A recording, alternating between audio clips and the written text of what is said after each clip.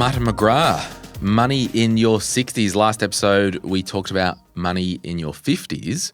There was some gold in there for people to sink their teeth into. That's when you say something encouraging or... So much gold, whether you're in your 50s or hit and that tennis ball back to me. planning ahead, or you listen to that and go, I missed some of that stuff in my 50s. Geez, I better do this now I'm in my 60s. That's right. Let's dive in today and discuss even more. And that's kind of this overarching thing. You don't have to just be in your 60s to listen to this episode or in your 50s to listen to the last episode. I want everyone to listen to them because they're just that more perfect world one. Yep. And if you did listen to the Money in Your 20s episode that we did on the Money, Money, Money podcast and you're in your 50s, you could be like, oh, I have consumer debt still. They said that in the 20s episode. Well, that's applicable to me. So this is more of the purest, if you could chart out a decade set of considerations. Yeah, correct. And some of the stuff in the 50s we'll discuss again today in the 60s, and some of the stuff we discussed in the 60s may still be applicable in your 70s or 50s, but we're trying to highlight the most key relevant items or the opportunities that are in this window that are important to prioritise. Yeah. But the underlying theme and foundation is key through all stages of life. Yeah, awesome. Well, let's do a podcast called Retire Right Now. This is a podcast that will help you plan and execute one of the biggest moments in your life. That's retirement. You'll learn how to set up your finances in a way that benefits you, your lifestyle goals, and keeps you in the know within this complex world of money and investing. Your host is Glen James, former financial advisor, author, and host of the popular Money, Money, Money podcast. Glen is joined by experts in various fields around the topic of retirement in Australia. Any advice in this podcast is of a general nature. Full details are in the show notes of this episode. You only retire once, so retire right. Okay, like last episode and more of the content that we are doing on the podcast, it does have a visual companion, and that is on YouTube. We'll put a link in the podcast to the YouTube show if you are driving to work and you want to have a look at the slides as well. There's no PowerPoint, or rather there's no Excel numbers or strategy in this episode, so it's probably okay just to listen along. But we're going to have the slides just to keep us on track and just have the points on screen. So let's have a look at money in our 60s. So your first point, Martin, as a consideration, supercharge contributions, including catch-ups. Last episode is the 50s decade. We really talked about that concessional contributions. What is different now in our 60s in terms of the supercharging contributions? Well, the difference in your 60s is that through any previous decades, I'm putting money into super, that's for future me. I can't access that until when? The answer is when I'm in my 60s, I can start to access it. So therefore, one of those excuses of, well, I won't put it into super because it's locked away, that's not likely on the table now we're in our 60s. So therefore, why would we not put it into super? So there are various types of contributions there. The catch-ups are the concessionals. So they're the ones that are saving us tax, and usually they're the ones that should be prioritised, i.e., I've got some extra cash lying around, I'm still working, either using this year's concessional cap, which is 30,000, and or if your super balance is below 500,000, you may have prior years that you can now catch up and put a bit more into. And often it may be a case, again, I can't afford, I'm locking it up, or I don't have the money to do it, which is number two, which we'll get to in a second, is, well, maybe I can take it out of the super fund to put it back in, and therefore I can now afford to do it, whereas before I couldn't. So concessionals, I suppose, is the big one. If you've had a lower income, you've now got a capital gain or higher income. But also, I'll add to that, that is still relevant in your 50s, but again, in your 60s is something to kind of really focus on, is start to consider also some non-concessional contributions. Okay, that is really cool, and I just want to dig in on that. In the 50s decade, we talked about maybe putting the mortgage on minimum repayments because of the tax strategy of putting more money into super pre-tax effectively. Yep. And paying the 15% contribution tax or maybe 30% contributions tax as opposed to the tax in your marginal tax rate. Tax strategy. When we move to the 60s now, this is more and particularly the non-concessional after-tax contributions, it's less of a tax strategy in the now. It's more of a growing wealth in a tax-effective environment for later. Is that a fair statement? It's fair. Yeah. I love saving tax, so it's definitely a tax element. You're right. There's no immediate tax saving. So a non-concessional is using after-tax dollars into super. The cap per year is $120,000. And so that's saying, well, hold on, I've got 50 grand sitting in the bank earning interest. So you're telling me I can move that 50,000 out of my savings account into my super fund? The short answer is yes, pending check your own circumstances. How much tax do I save if I do that as a non-concessional? You don't save any tax on that day, but what you've done is any future income that earns is no longer in your personal tax rate. It's going to be in the super fund tax rate at 15%, which often is going to be lower than what your personal tax rate will be. But also when you move that to a pension tax rate at some point in the future within your super fund, that tax rate's going to go to zero. And that's a good point, because if you fast forward now and you're out of the 60s and you've just turned 70 and you're like, I'm going to retire now. I could have maybe retired at 67 and got some age pension, but we're kind of over the asset limit anyway, so predominantly a self-funded vibe. I'm just making a scenario up. When you get to age 70 and you're like, yeah, we're going to fully retire, start an account-based pension, and if you've still got wealth in your own name, I'll make another scenario up. You got $500,000 in a bank account outside super. You'd want as much money inside super at age 70 in a 0% tax environment. Yeah. So this is why we want to encourage people during their 60s, any surplus money, each year maybe drip feed a little bit into a tax-effective environment.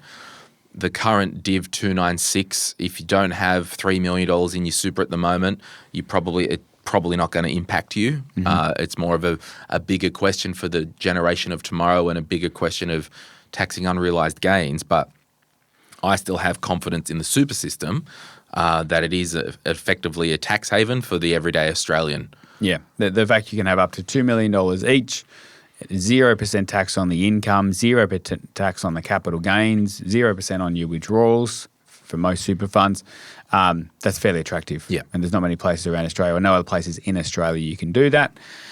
So that's where usually catching up concessionals, non-concessionals, drip feed some of that surplus money over time. So you're not, if you're still working and that interest or those dividends are in your own personal tax reign, maybe either in specie those shares in, or sell and tidy up some of those IAG shares or whatever. The old Telstra shares. Telstra, the NRMA or whatever. I know I worked for Coles for a few years, so I've got some Coles shares. You're indirectly paying tax on that every year in your own tax return. Those shares or the income or the asset of those shares could be inside your super fund at a much more attractive tax rate, both for now but also into the future. Yeah. All right, let's have a look at our next point. Point your number second 2. point. Giddy up. So merging that across. So starting a TTR or an account-based pension. So a TTR stands for Transition to Retirement Pension or an account-based pension.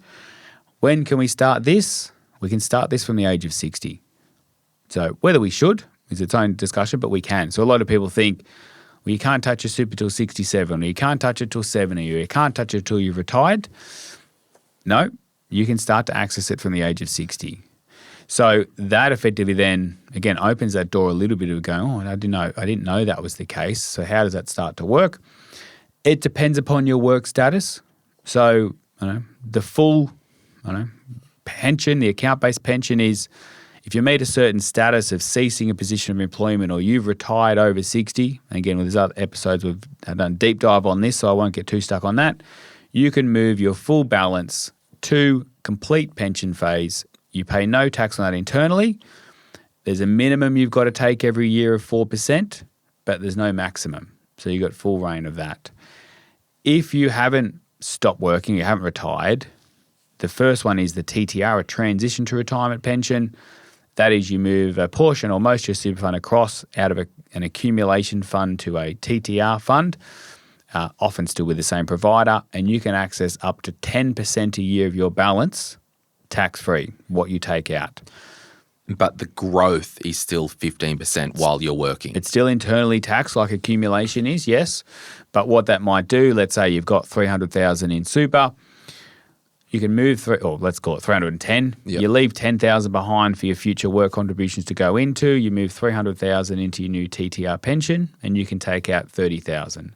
Why would someone need to do a TTR strategy if they're still working and over 60? So it might be that that first point of supercharge your contributions. Martin, Glen, that sounds great, but I don't have the money to do that. I know I can put in 20 grand a year. I just don't have the cash because I've still got a mortgage or I'm raising kids or I've got bills to pay. Well, hold on, you're telling me I can get 30 grand a year out and either A, that can start to go off my mortgage, or B, I can take that out as a TTR pension, put that back into super as a personal contribution. Why would I want to do that? Because you get to claim that back on tax. Right. So 20,000 out, so keep it back at 30,000 out, comes out tax-free. So my TTR pension's gone from 300,000 down to 270 and I've got cash in the bank. I guess I said, if I've still got a mortgage, that's a fast way to start to pay my mortgage off pretty quick.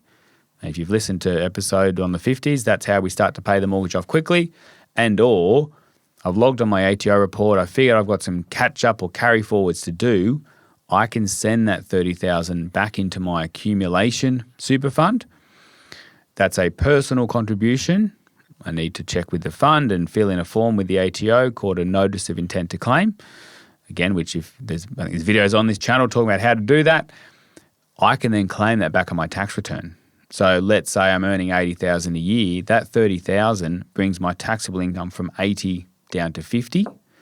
If I paid tax on that from my employer during the whole year and paid tax on 80,000, I get to save about $9,500 in tax that I would get back as a physical tax refund by doing that bit of paperwork. There's a bit of paperwork there. We've simplified that as we like to do, but there's a strategy there where you can take some money out of your transition to retirement pension, move it back into super, move it back in tax effectively, and get a nice tax refund as part of that process. The reason I wanted to ask you the why is because it's not to be confused with a recontribution strategy. Correct.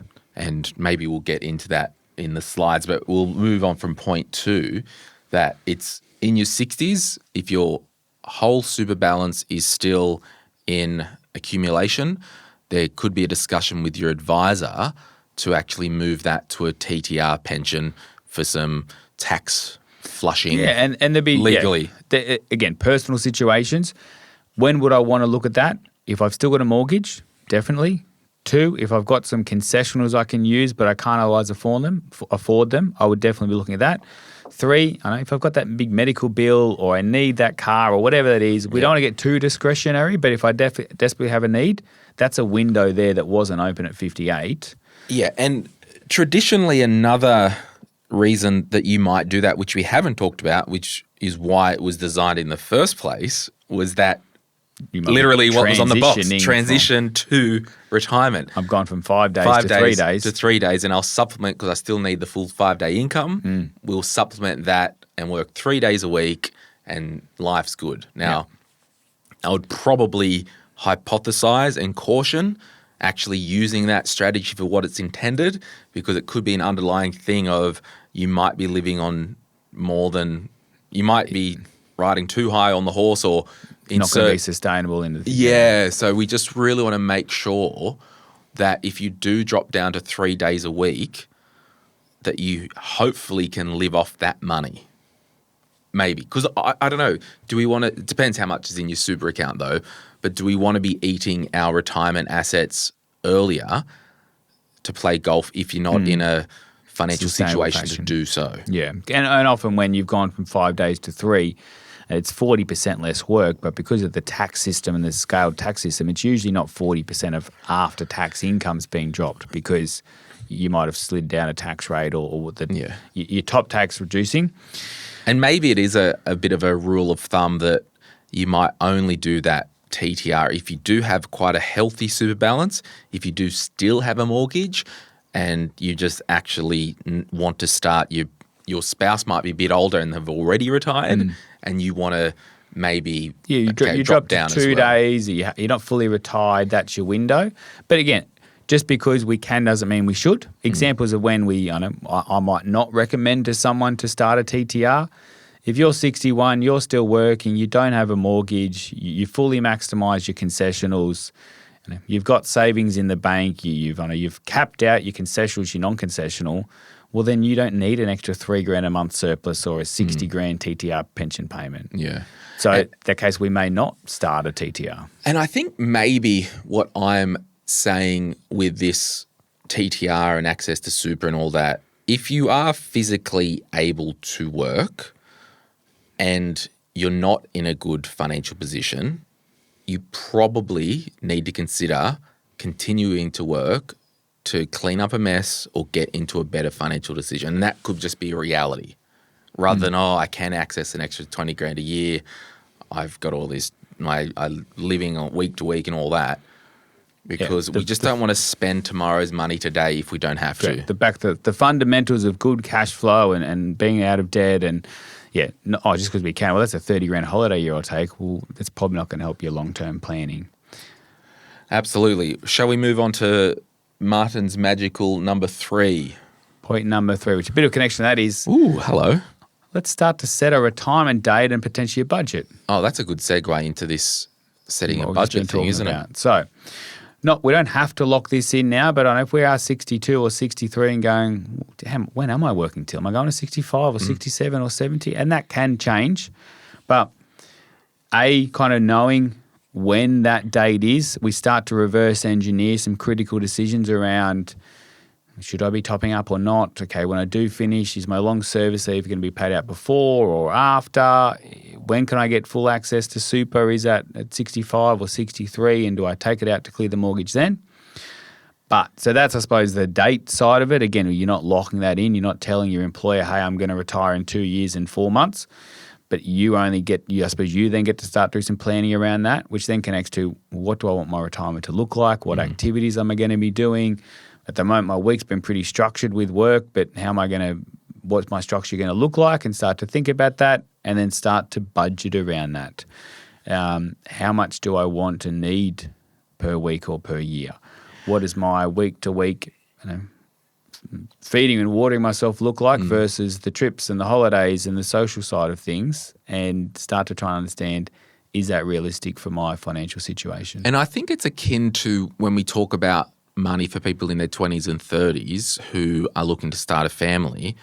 Like, we know you will have to have some time off the workforce when a baby is born. Either parent, there needs to be time away from the workforce. Yeah. So we know that's happening. So the key is, okay, during that time, our income is going to be less. Let's try and live off a lower amount now. And I reckon particularly in the 5 years leading up to retirement, the fundamentals, as you said, are exactly the same. Everyone needs some type of budget or spending plan, because we all have money coming in and we all have money coming out, whether it's Centrelink, 100% Centrelink only, whether it's a disability pension, whether it's your job, whether it's your super pension. We have all got expenses going in and we've all got expenses going out. I don't care if you are literally in a nursing home with dementia and aren't, at your 100% best. Yeah. You have bills as a human. It might be taken care for you. Probably don't really need a budget or whatever. But what I'm trying to say is if you've got a heartbeat and expenses, whether it's phone bill, rent, mortgage repayment, insurance, we just need to... They're all still ticking along. Project of what will we need. And often I say, probably said on the podcast, but also working with clients, is there's no right or wrong answer. I've got clients that are very comfortable surviving as a couple on $50,000 a year, even though financially their means could be more than that. And I've definitely worked with clients who are struggling to be sustainable on $200,000 a year. So neither of those is right and wrong, perhaps, but the fact is that your needs have to match your abilities. Perhaps struggling on $200,000 a year is a unique situation, but that fundamentals are the same, and we see it in various walks of life. People are on really high incomes, but if their financial foundations aren't sorted, it doesn't matter, okay, if I earn more money, it's going to solve it. I need to make sure I've got some structure and lanes to stay in. The only other point I'll harp on that before we go to a break effectively is around. Are you producing the show now, are you? I've been getting comfortable over this side of the desk. I don't have the buttons quite yet, but I'll reach across when I need to. Okay, yep.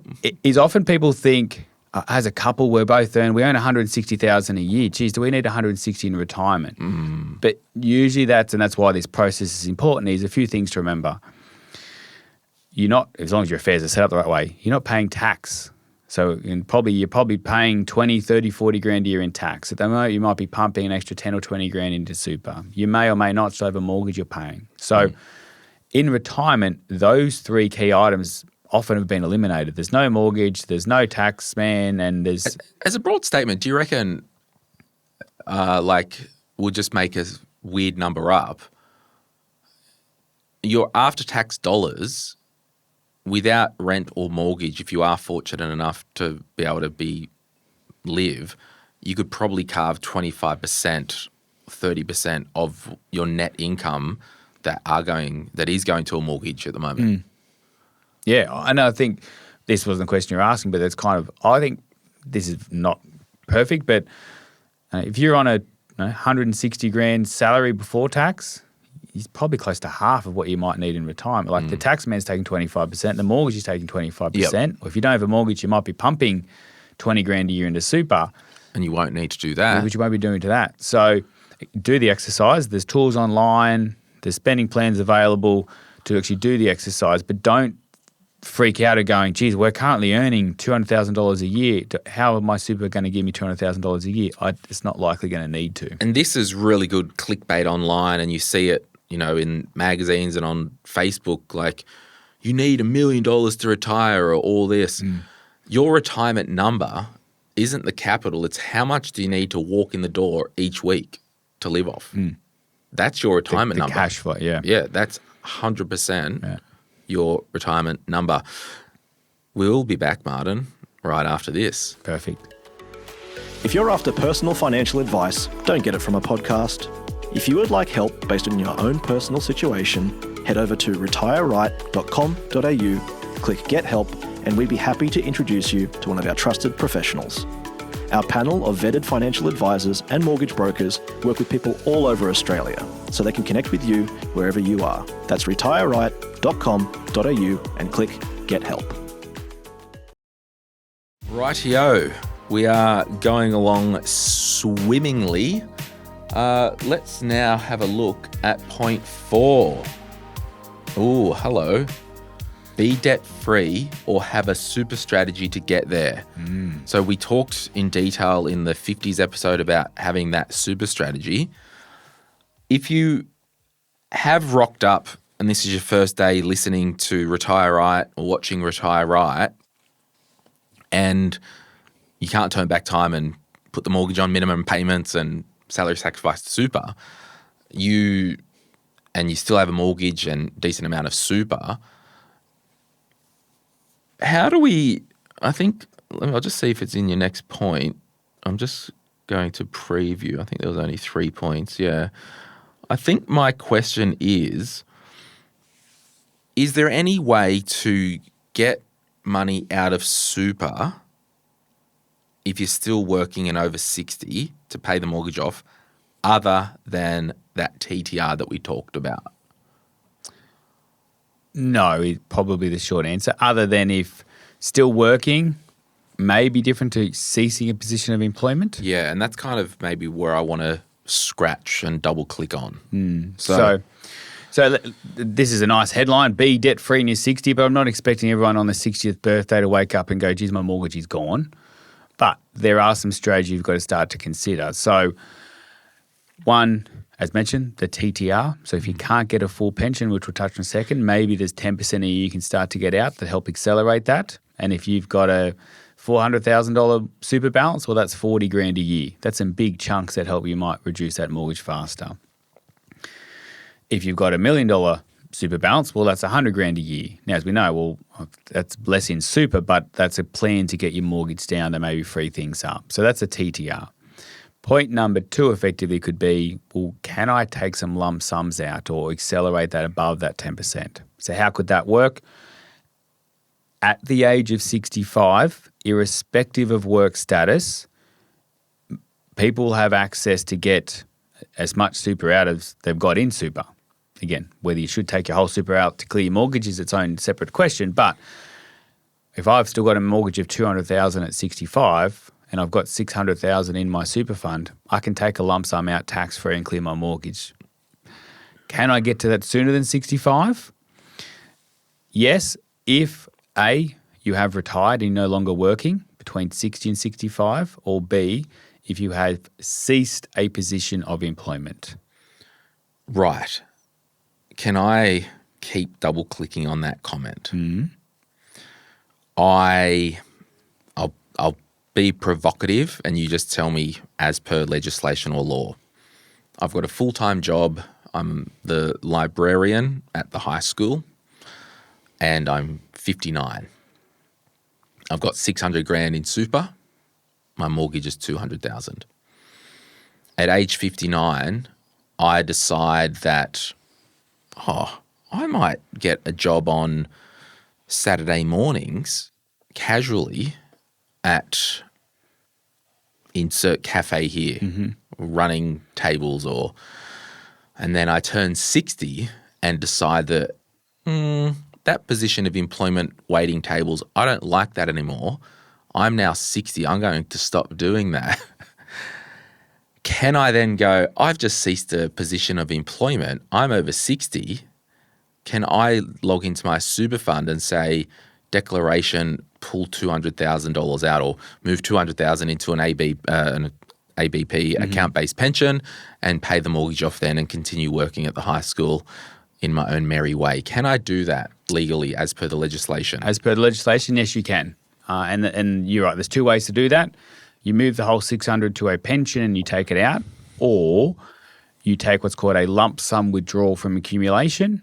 You ask, hey, I'm going to keep it in accumulation because I'm still putting money in. I want to do a withdrawal, and they say, which box do you qualify? Tick, I'm over 60 and I've ceased a position of employment. And that's a declaration to the trustee, aka your super fund, not to the ATO. Correct. Or APRA or the RTA or whatever. Yeah.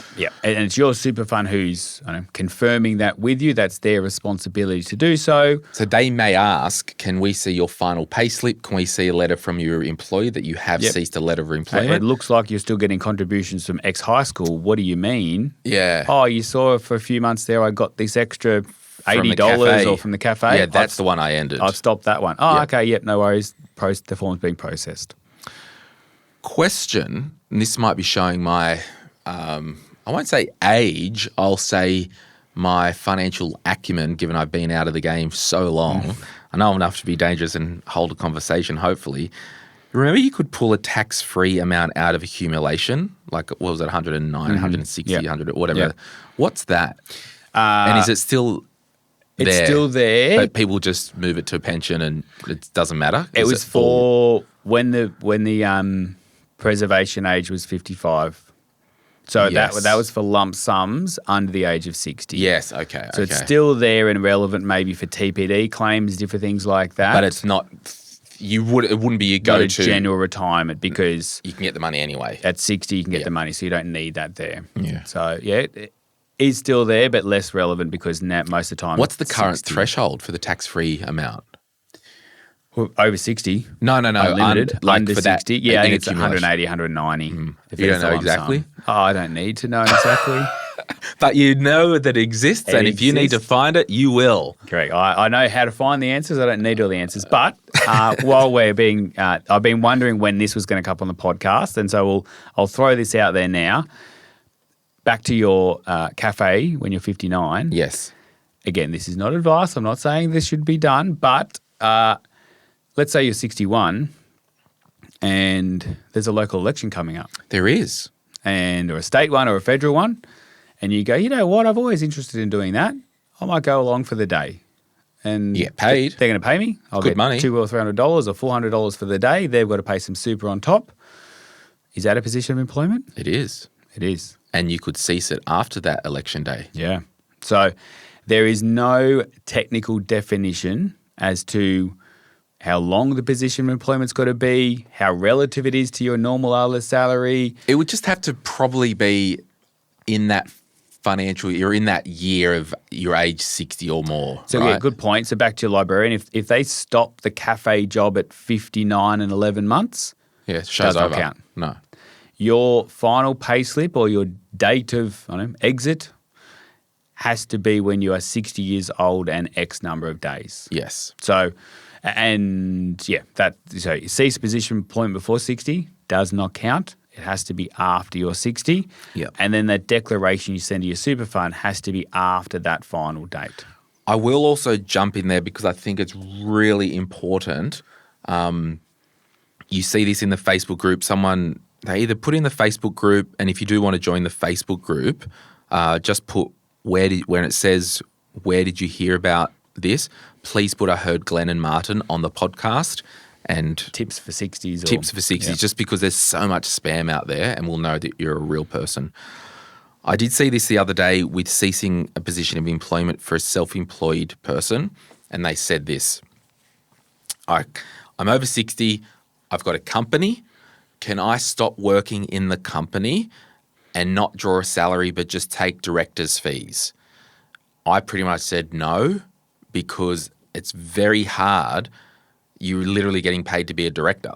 Like you're not physically working, installing the air conditioners or whatever. You might be not drawing a salary or whatever, but you still own that company. Yeah. And you are still literally, if you are even taking a director fee or a dividend, maybe dividend's different, but I don't want to get into the weeds. Generally, I agree. I don't think in that case they've really ceased position of employment. There are some creative ways that are probably more for today to get into that, but I would agree. And that's the same, whether you're same employer but gone from full-time to part-time or casual, or I've changed my job title, you're still the same employer. And I think just on that, the more I think about that company thing, it's all about, can you prove it to your super fund or trustee, and potentially, it probably is a 0.2% of a chance the ATO coming in and auditing, but can you prove that you actually stopped working? Now, the company thing, I'll use that as an example. There's you and your son and your daughter, and there's 3 of you that own the air conditioning company.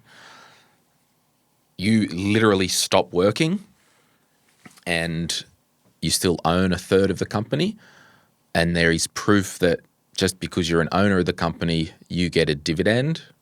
I think that's probably going to be okay, because you can say, look, there are the 2 working directors or 3 working directors. I'm literally receiving money now if I was owning a share in the plumbing or air conditioning business or shares in CBA. Yeah, agreed. So talk with your accountant and your financial advisor always on your specific situation. Let's have a look now and move on to the next point. So, being debt-free, and then the other thing wasn't on the slide. Just have a plan too. So we kind of got excited there, but there's TTRs, they're taking lump sums out either before 60 or at 60 or 65, or it might be that the home you're in, is not going to be your forever home. So it's okay. And I've got clients that we work with that, I'm in this house, but we know at 65 or at 67, we're going to downsize it, and we're going to downsize because of the location we live in. We're going to downsize for $3 million. We're going to buy somewhere else for $1.2 million. Therefore, the $300,000 left of the mortgage is going to be clear then. In that case, if that's the clear plan, we're probably not ripping a whole bunch of money out of super to clear the mortgage, because then they're going to be left with too much money we can't get back in. So, again, that's where your overall strategy's got to work together. So have a plan. Yes, it might be pulling money out of super, but it might just be when you sell, it's cleared that way, and then put the rest of your strategy around that, and then downsize the contributions and other things might come into play. I might also tack it in here because I don't think it's in your slide deck. We get a lot of people reach out to the Retire Right website. So you can go to retireright.com.au, click Get Help. I'll refer you to a financial advisor if you are after one. All the advisors that we use primarily are remote businesses, and they can work with you wherever you are in Australia. If you fit the requirement for Martin's business and they have capacity at Financial Edge, I'll refer you there. If you don't, I won't. I won't waste your time or Financial Edge's time. Just saying that now. I'll refer you to the most appropriate person. But having said all that, I see, because I personally look at the requests. request, part of my job. And I go, yep, that one there will be good for Martin. That one there will be good for X, Y, Z. If it's a complex aged care thing, you can go to Fratley. Yep. Text him today. He's going to come back up. He's going to fly into Newcastle. As a teaser, we did an episode of like how much you need to retire using Centrelink. He's going to come back and do how much do you need to retire self-funded. Yeah, cool. Yeah. So now, all that to say, on these forms that I see people submit, there are so many people that we see that have multiple investment properties.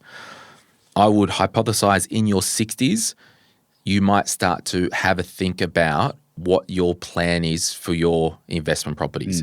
And if you've got 3 properties and you're 65 or 67 and you're going to retire in a couple of years and you know that you need to offload these properties, part of the strategy is, well, that property's got meat in it.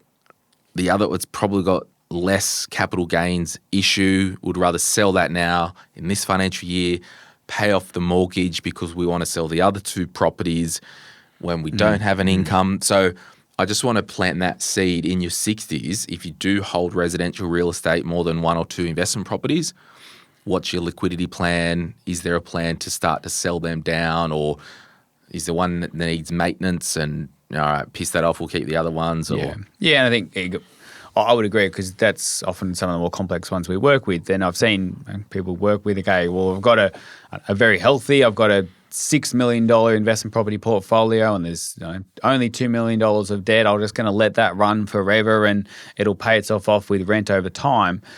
That might be what you think you're going to do at 55 or 60, but usually by the time those people are reaching their 65s or 70s, interest rates have gone up and there's been a vacant over here for a little period of time or extra repair costs on that.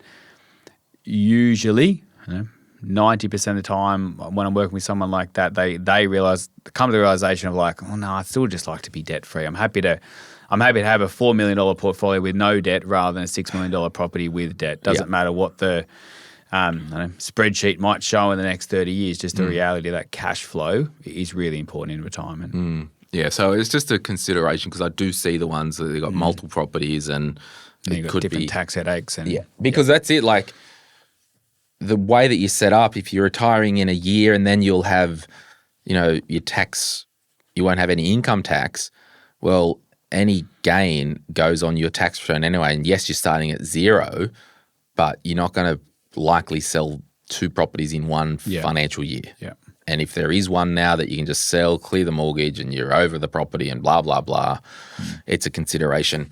All right, we'll go to the next one, Martin. So in your 60s, next thing on the horizon is potentially some government entitlements. Right. Now, perhaps not at 60, but as the rules stand today, and I suppose to be fair, your thing says prepare for government entitlements. So 67 is when the government Centrelink age pension eligibility starts. But planning earlier for that is important. So what that could be effectively is, again, back to my retirement days. Am I retiring at 67? Am I retiring before 67?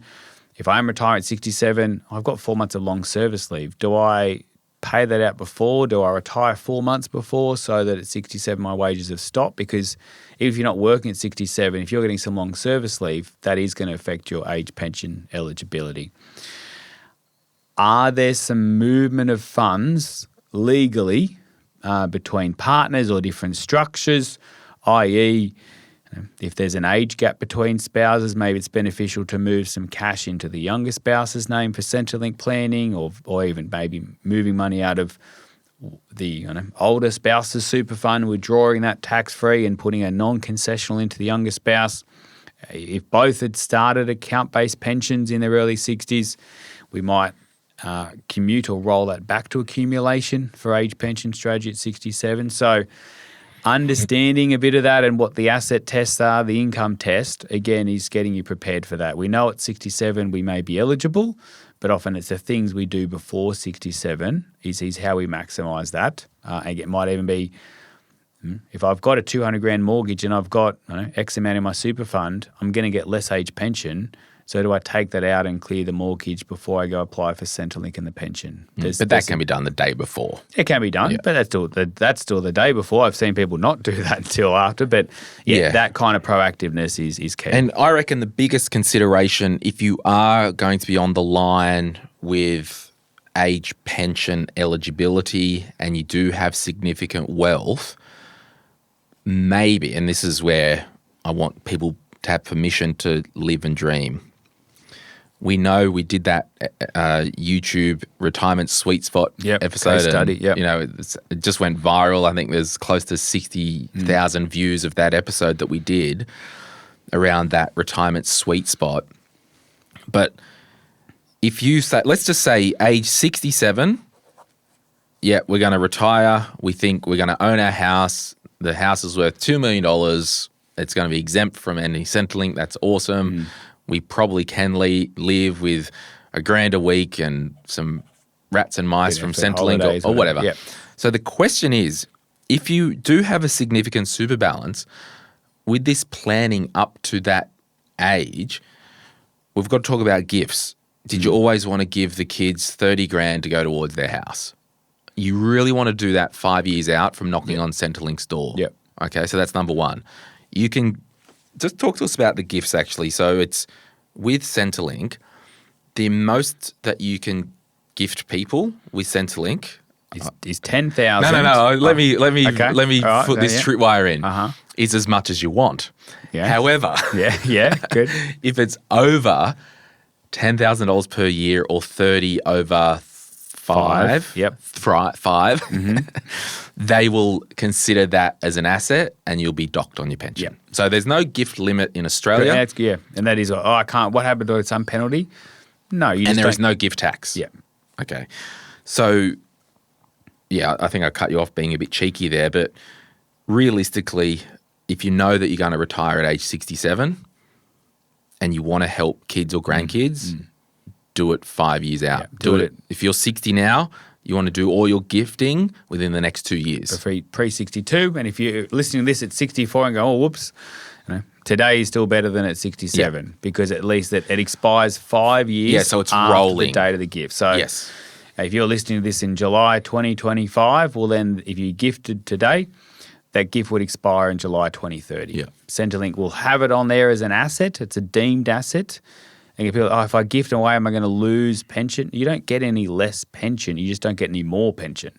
It sits there as a deemed asset till the time it expires, and then the fortnight after, you start to get an uplift. If that $20,000 gift is expired or the $100,000 gift is expired, then the fortnight after your pension starts to increase. So there's some definitely pre-planning around that. When is the right time to gift? How much is to gift? And also spending and travel. So I'm glad you brought that up because I said in that kind of the sweet spot and all that, leading up to that 67, it doesn't have to be within the 5 years. It can be the day before, the year before. You wanted to go on that big international trip. And this is the interesting thing. Do you keep working for the next year or 2 years, or do you retire earlier, spend the money on big family international holidays and do all that? Because I'll say it this way, if you gifted money to your kids and grandkids via going to the travel agent and buying them a holiday or as a family holiday, that's not considered a gift. It's expenses basically. And you could get your travel agent to give you a receipt to say, I want to pay for the whole family to go to Europe for 3 months. We're going to do villas everywhere. It's going to cost $300,000. Just travel agent, just give us an invoice. International holiday, Mr. and Mrs. Brown, $300,000. Done. So you could retire a bit earlier, spend a heap of money traveling and spending money, and then at 67, you might have money less, but get a higher. You might have less money, but you'll get the maximum or a higher Centrelink benefit. But I will caution, we don't ever spend money or do things for the lowest common denominator. So we're not spending $200,000 on first class flights to Prague with everyone to get an extra $8 a week from Centrelink. Yeah. Like that's just Not working We're not out. doing it. But if it was a goal and you wanted to do it anyway, you may as well do it. Do it. And if I always plan to upgrade the bathroom, we'll do that at 66 and spend the 30 grand rather than at 69 because that will be off your asset for Centrelink. And again, maybe a separate episode, but we did that other one, the sweet spot, but it was only on Tuesday or Wednesday this week. I was sitting with an existing client looking at their retirement projection chart and they're early 60s now, and plan A was to work to 65, and the projections they're on is that at 65, their super balance is going to be at 1.4 or 1.5. They're going to live off 100 grand a year for the first 10 years of retirement. What our modelling showed is that they would be self-funded because they'd have too much assets for Centrelink, and their assets would start to dip, but it wouldn't actually be until they were 73, I think it was, until they would start to get some age pension. We showed them a plan B of what happens if you retired next year at 63. You wouldn't get to the same high point. You might be at 1.2 or 1.3 rather than 1.5, and you'd live off your own money rather than wages for a couple of years. They still didn't quite get the pension at 67, but I think they got it at 68, give or take. So they got some part pension 4 years earlier. And what that kind of showed their plan at life expectancy, they were not running out of money in either scenario. I think in the end they had it's like $100,000 difference, even though they were going to do, it was 3 or 4 years less of work. Yeah. So that was their choice of which path to take. But that's a kind of trade-off of planning of going, well, maybe it's not a bad thing that I'm self-funded and maybe use some of my assets. Now, again, I wouldn't do that just for selling And that's like, I'm not a fan of people saying, I don't want to work overtime because I have to pay more tax. It's like, well, no, you kind of don't pay more tax, just the way it's calculated. Like we're doing things. That's a good lesson for all of us. We need to have strategic lifestyle goals and decisions and all that stuff. We want to do this, and then we plug the finances into that plan. We don't set out to go, how can we maximize an extra $8 a week from the pension? All right, let's spend 200 grand. Yeah. Well, no. It's a long way the shortcut. If you do have a reasonable amount of money and you've had those lifestyle goals, now is a good time to do it. You may as well. I mean, you could do it later and your pension will go up. But it's all that, the travel thing, particularly. Pre-plan, yeah. You're a bit younger, you can probably move around more. Yeah, the youngest we're ever going to be is today. And in the end, But not tomorrow. And then the day after. Yeah. Then they left the meeting. So, no, it's okay, we'll stay with plan A. We'll work to 65. Yeah. Because that's their life. They enjoy their work, they want to see through some projects, etc. But at least they have the confidence in the back of their mind of going, if we had to, for health reasons or lifestyle reasons or other reasons, or we were made redundant, we know plan B actually works pretty well. There's that kind of that trade-off there that they're effectively the opposite of the sweet spot. They're going to be in the grey zone where you're actually better off doing a bit of spending and getting below a certain threshold. So on stuff you wanted to do anyway. Your plans do. Oh, the bathroom, it's a bit older, we'll put up with it. Well, no, don't put up with it. You got the money, do it, and you'll get an extra $20 a week. Yeah. Like, that's the kind of mindset. Exactly. So anything else there on preparing? No, I suppose just know the rules. Understand the thresholds, understand the entitlements. If it's not the age pension, there is the Commonwealth Seniors Health Card, which is a income tested rather than an asset tested threshold. And again, if you're 62, it's on the radar, but perhaps there's some things that over the next few years that you can do to maximise where you're going to get to at that age pension eligibility. Yeah, and I think I didn't want to put prescriptive numbers on that with the current asset limit rates because it would just age the episode sooner. So I think it's always good to I'm a flag on the hill type of thing. Declare, disclose. I'm an advocate for financial advice. I was a retired financial advisor. I own a share in a financial advice business. Not yours. You won't give me a share in your business. Never know. We'll talk later. So I'm a 100% advocate for financial advice. I'm a member of the Financial Advice Association of Australia. I used to be on the board, all that stuff. It's always a good time to speak with a financial advisor. And what do I mean by that? Well, an initial discussion with Martin or insert a financial advisor here at any age, hey, this is my situation. Do you think it's worth having a bit more of a deep chat to see if whether you can help? You might be like, oh, look, not now, 5 years. So it's always worth running the flag up the pole. Yeah. But particularly in your late 50s, early 60s, I hope that you've seen demonstrated by particularly the last episode and this episode, a financial advisor. It's less about what's the best return you're going to get and how much money you're going to make me. It's about what's the current strategy that can be plugged into my situation to maximize tax benefits, government incentives, estate planning, and just on that estate planning thing, another thing in your 60s, when was the last time you've just checked your will? When was the last time you've seen if you've got the enduring power of attorney over you or your partner, vice versa? If you're solo, widower, widow, is there a trusted friend or family member who can be your enduring power of attorney? This stuff's really important because, as you said, we're getting older every day and we just need to make sure our wills are up to date in accordance with our wishes. Yeah, and it might have been they were done in your 30s and therefore your brother or whatever is the executor, but now he's older, he's in his 70s, maybe it's time to change that. Yeah, there might not be a step-down provision in the will as an executor. So, and it might not need to be changed because the executor is pretty much just an admin quote-unquote function. My parents' will, my uncle is their executor. And I said to the lawyer, like, do we need to change that to put me as the executor? He's like, oh, don't waste the money on the will. It's, everything's good. It's fine. He's an executor, has to just legally follow instructions. If you are listening to this and you are under 60 or you still have parents that are alive, I asked my parents the other day, where's your will? Where is it? Where's a copy of it? Yeah. Yeah. The original's at the lawyers that I use. So we're sitting around having breakfast in Bali, talking about, hey, where's your will? If you guys both hit the deck on the way home. So I think these are just practical things. They're not nice to talk about. You might talk about funeral wishes.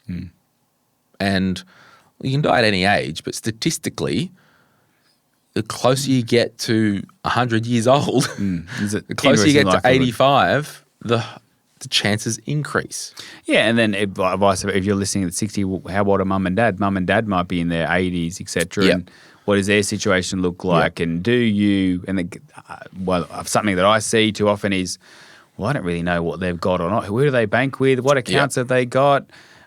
Which is a sneak preview to our 70s of simplifying tie up your affairs. But they've these shares ticking along and often they've forgotten or they're missed and they're forfeited, etc. So when is the right time to ensure that someone's across the situation? And again, I'm a financial advisor, but one of the other intangible benefits of financial advisor is we're often across the whole financial world and know where things are at. There's one quick little snapshot of, okay, this account's here, that account's there, they've got this over there, that's there for that reason. There's this old life insurance policy hanging around for that reason. Having someone who is across the whole financial world so that if the health deteriorates or something happens, at least someone knows to help that executor get things started. There's a quick summary of what their life looks like. There's probably another umbrella consideration, which it's an interesting thing to talk about, but I like to think I live in reality. There could be a reality for you in your 60s that your parents are north of 85 and there is significant wealth of their own in their own home. And it could just be you and 2 or 3 siblings. So there is the reality that potentially over the next 15 years, the facts say that there could be $800 to $1 million or insert inheritance here walking through your door. How do you plan for that? Or do you just acknowledge that at some time this might happen? Like, because you're not kind of like, hey, mum and dad, you dead yet? Yeah, I need that money now. Like, yeah, that's the dance because the reality is that there could be inheritances for a lot of people.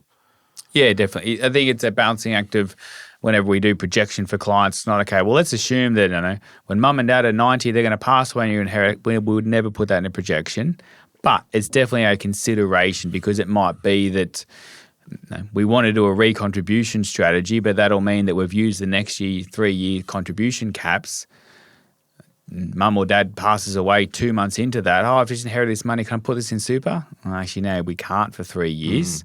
So it's, as a human, how's health? How's mum and dad's health? What else is going on? And if you're working with an advisor, that's why the advisor asking those questions, or should be asking those questions. And so don't be opposed to going, just letting you know, dad's still all right, but he's had a bit of a fall and he's now in a nursing home and different things, and we're not sure if he's going to be around for the next 12 months. Is there anything in his situation he should get looked at, and or in us as the beneficiaries, is there something perhaps that we should consider? I think the only other thing could be if you did have young adult children or late children in their teens and you're in your 60s and still working, and you do have significant super, and you might even have an investment property or two, and you're in a relatively good financial position, the inheritance and knowing that, we'll probably get $1 million or X amount from, and it could be, okay, so in our head, what we will do, we did want to help the kids with a house deposit or $50,000 or something.